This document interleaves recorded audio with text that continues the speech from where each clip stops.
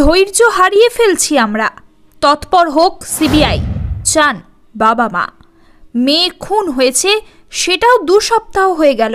সেই মামলায় সিবিআই তদন্ত চালাচ্ছে দিন 10 কিন্তু আরজি করে তরুণী চিকিৎসককে ধর্ষণ খুনের মামলায় সঞ্জয় রায় নামে যে সিভিক ভলেন্টিয়ারকে কলকাতা পুলিশ প্রথমে গ্রেফতার করেছিল, সে ছাড়া এই মামলায় নতুন কাউকে এখনও গ্রেফতার করেনি সিবিআই।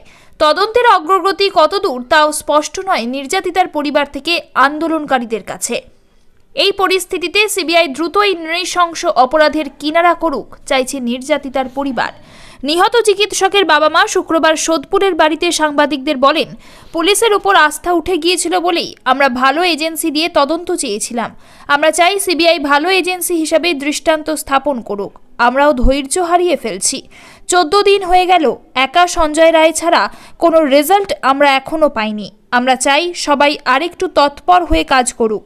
সিবিআই এর উপর মানুষের যে আস্থা রয়েছে তা ধরে রাখতে তারা দ্রুত ঘটনার কিনারা করুক। বৃহস্পতিবার সুপ্রিম কোর্টে কেন্দ্রের তরফে সলিসিটর জেনারেল তুষার মেহতা দাবি করেছিলেন, সিবিআই 5 দিন ধরে তদন্তভার নিয়ে দেখতে পেয়েছে আরজি করের সিন অফ ক্রাইম বা অকুস্থলে অনেক অদল বদল হয়েছে। এদিন একই কথা শোনা যায় নির্যাতিতার বাবার গলায়। তার বক্তব্য, প্রথম থেকেই বিষয়টি গুলিয়ে দেওয়ার চেষ্টা হয়েছে, তা না হলে সিবিআই এর এতদিন সময় লাগতো না। সেই কারণেই হয়তো সিবিআই এখন পলিগ্রাফ টেস্টের মতো অন্যভাবে তথ্য প্রমাণ জোগাড় করার চেষ্টা করছে। নির্যাতিতার পরিবারের অভিযোগ কাউকে আড়াল করা হচ্ছে, এটা প্রথম থেকেই বুঝতে পারছিলাম। খুব গুরুত্বপূর্ণ বিষয় আড়াল করা হচ্ছে, এমন কেউ জড়িত যাকে আড়াল করার প্রয়োজন হয়েছিল। যদিও রাজ্যের তরফে শীর্ষ আদালতে জানানো হয়েছে কোনো তথ্য প্রমাণ লোপাট হয়নি।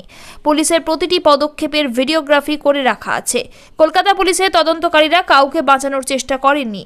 নির্যাতিতার মায়ের দাবি, মেয়ের মোবাইলটি ভালো করে খুঁটিয়ে দেখা হোক, সেখান থেকে অনেক তথ্য পাওয়া যেতে পারে। নির্যাতিতার পরিবারের বক্তব্য, ঘটনার পর থেকে পুলিশ ও হাসপাতাল কর্তৃপক্ষ মিলে যে চক্রান্ত করেছিলেন তা এখন প্রকাশ্যে এসে গিয়েছে। তাদের কথায় কলকাতা পুলিশ পৃথিবী বিখ্যাত বলা হয়, কিরকম বিখ্যাত সেটা আমরা বুঝতে পারলাম না।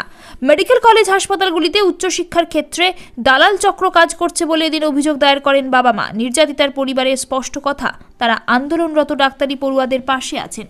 প্রয়োজনে আন্দোলনে তারাও যোগ দেবেন। এদিন নিহত তরুণীর বাবা মা বলেন, মেয়ের হত্যার বিহিত ও বিচার চাই। নিরপেক্ষভাবে যে আমাদের ডাকবে তাদের সঙ্গেই আন্দোলনে যোগ দেব।